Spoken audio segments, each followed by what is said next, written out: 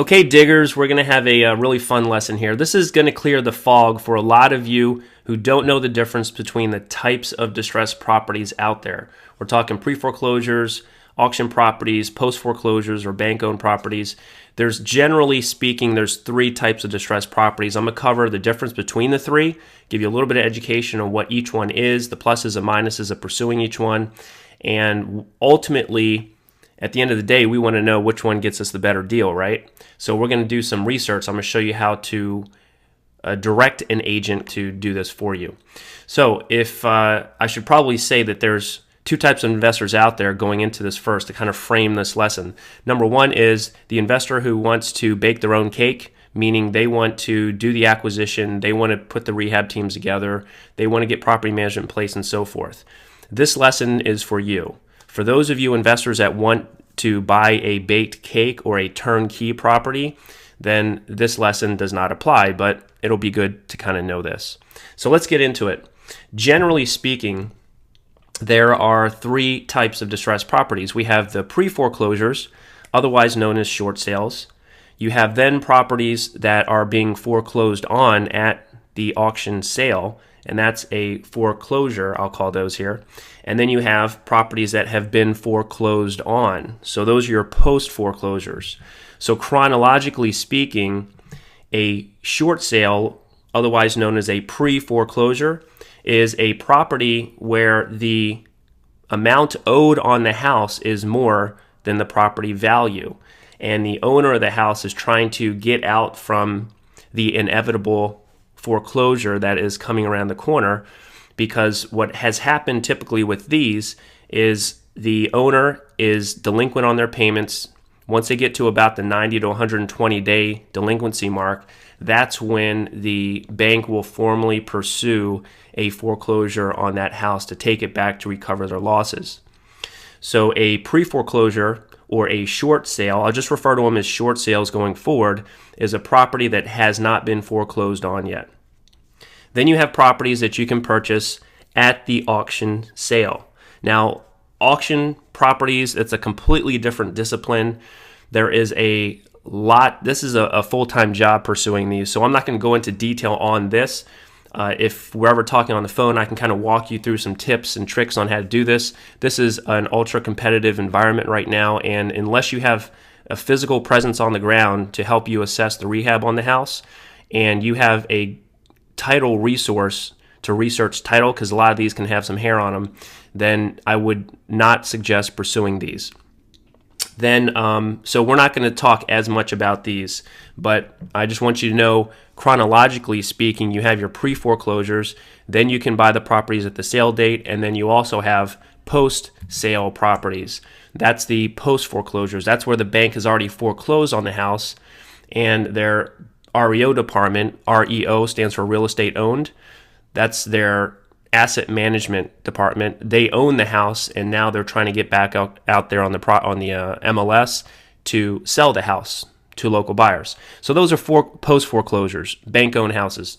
Practically speaking, the two that we're going to focus on are short sales and bank owned listings, because when you're working with an agent to find properties, there are only three that they can access in the MLS, our database of inventory: the short sales, bank owned properties, and traditional listings. Traditional listings, interestingly, used to be all that we had access to in the MLS, but then after the credit crisis and all these properties were underwater and started going back to the banks, and you had people in short sale situations, that kind of flip-flopped. So in 2010, 2011, when we were kind of at our peak supply of inventory, you saw maybe 13, 15 months of properties of supply. About 7 out of 10 closings at that time were short sales or bank-owned listings, at least in my local market in Central Florida. Now, a lot of that inventory has been depleted, and you're starting to see more traditional listings out there. But as you'll see in the following exercise, those traditional listings are typically priced a little bit higher. Naturally so, because if someone isn't underwater on their mortgage, maybe they have some equity, they're probably not in as much of a hurry, and they might have more of an emotional attachment to that house. So you typically see those listed and selling for a higher price per foot. And I'll show you how we dissect that in a little bit. Because at the end of the day, we want to know which one is the ones that we're going to pursue. and then if we're pursuing all of them, what we can expect in price for each one and how we kind of structure our offers for success. So quick plus and minuses of each one.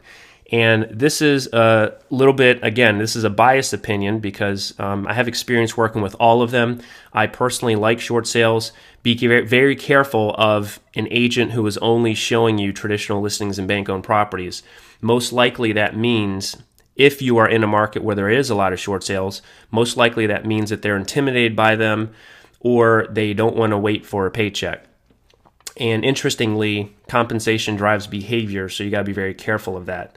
If your agent is showing you short sales and they seem confident with them, that's a good indicator that you have an agent that knows what they're doing. So with short sales, generally speaking, I'm going to give it to you real quick. What I like about them is because there are agents out there and buyers out there that have a skewed representation of what those are, and they're maybe intimidated, they don't like them, they might have heard horror stories, you have less people competing for them. Now, that doesn't mean it's not a competitive type of product. It could still mean that you're going to see multiple offer situations, you're going to have to battle for these, but there is less competition on these than the bank-owned properties. I also feel, and a lot of agents would disagree with me here, but I think that's because maybe they don't know how to work these short sales, is that I feel you have more control over short sales because there are some things you can do in the short sale negotiation process to find more equity in the house that you have no control over with a bank-owned listing. The other downside with short sales, though, is that there is a perception among many that there is uncertainty because at the end of the day, once you've contracted the house, that's just the beginning of the work, and that doesn't tell us anything about what we're actually going to close on that house for as far as price. You don't know what's going to happen with the bank through the process. So there is a couple question marks in that process that could take anywhere from 2 to 6 months or even longer before you even know what the outcome is going to be. So there is that level of uncertainty with short sales. But it's a little bit less competitive environment, and in my opinion, you have a little bit more control over that outcome. Bank-owned listings are pretty cut and dry, and that's why it's a hyper-competitive product to pursue. You have a lot more competition out there. That's one negative, and all of that competition, because these are so much easier to deal with, creates less control, in my opinion, because really the only control you have with a bank-owned property is the amount you want to bid on the property, the terms of your offer. But keep in mind, as an investor, a lot of these you can't even bid on until after they've been available for owner-occupants for 30 days from the time that they're available. So what you're left with by the time owner-occupant buyers pick those apart is kind of the scraps. And then by the time they become available at that point to investors, if you thought it was competitive during the owner-occupant purchase window, it's hyper competitive after that. And now you have every investor and their mom bidding on these. So those can be kind of tough to go after. So you have a little bit less control. They sell typically for a higher price per foot than your short sales, but you know exactly where you stand with them. That's the positive things with the positive of bank-owned properties is that you can put your offer in. Even though you may be up against 4 or 5 other offers, at least you'll know where you stand. Typically within a week to 10 days after you put your offer in, you'll know right away if you got it or if you didn't. And if you did get it, you most likely can close within 30 days from the time your offer is accepted. So they're pretty cut and dry. But what everybody wants to know is, what is the price difference between the three? And 99% of real estate agents don't do this kind of research. What I'm going to do is an exercise now. We're going to go to the MLS and we're going to look in my local market in an area that is hyper competitive right now. It's Class A properties, great demographics, awesome schools, and the yields are a little bit lower if you're looking to buy and hold. But if you're a flipper and you can find some opportunities in this market, your exit strategy is very simple. There's absorption's crazy in this market. So we're going to go in that market and we're going to look at the difference between bank-owned properties, short sales, and traditional listings. All right, we're on the search map right now. We're going to be looking in this vertical corridor, southeast Orlando. It's in residential areas that I kind of follow because of the medical city development in this area, which is pretty amazing. So the physical criteria we're looking for is over here.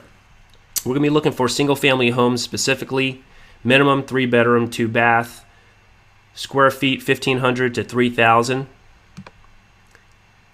and properties that are relatively newer, built 1999 or newer. Based on that criteria, we have about 59 properties that match. That's what's currently available right now, because you can see here I put in what are the active listings. So 59 properties are available right now. I'm going to note that. Then if I go to the statistics on those properties, here's what we're going to see.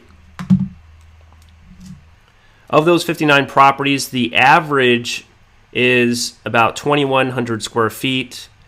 The list price is about $280,000, or about $130.16 per square foot.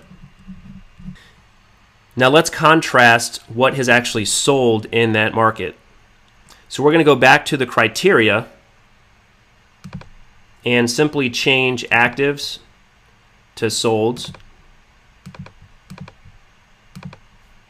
And we're only going to go back about, I typically only go back 60 days. I usually don't want to go back 60, maybe more than 90 days, only because the environment's changing so fast, so quickly. But in this case, so I have a good sampling size, I'm going to go back about 6 months. And if I put in 6 months, we're going to see 199 properties sold in that time frame. Now keep in mind that if 199 properties that fit this search criteria sold in the last 6 months, then that means they're selling at an average pace of just over about 30 houses a month. And if there are right now 60 houses available based on that search criteria, that means literally there's 2 months of supply. 30 houses a month into the 59, let's just call it 60 properties that are currently available. That's 2 months of inventory that we have. Anytime you have less than about 4 or 5 months of inventory, you have a seller-controlled market. The sellers are in control, not the buyers. And that's a common misconception a lot of investors have coming into, quote, the distressed U.S. market right now. And as you can see, the price per square foot on what's available is $130 a square foot. It costs about, you see builders delivering product in brand new construction between $80 and $150 a square foot. So when you see what's available on average at $130 a square foot, that kind of tells you something, right? So the builders, that's why you see a lot of new builders coming out of the ground right now, putting product up, because they can compete in this environment where if you were to go back when we were at peak supply, we had maybe 14, 15 months of supply, and the average price per square foot was maybe 70, 60, we even saw as low as $50 a square foot in other markets, even lower than that in other markets. So now that gap is pretty much closed, and this particular area of Orlando has a little bit of a different personality than others. It's a little bit higher end, so this is a little bit higher and more competitive than what you would probably see in other pockets of Orlando.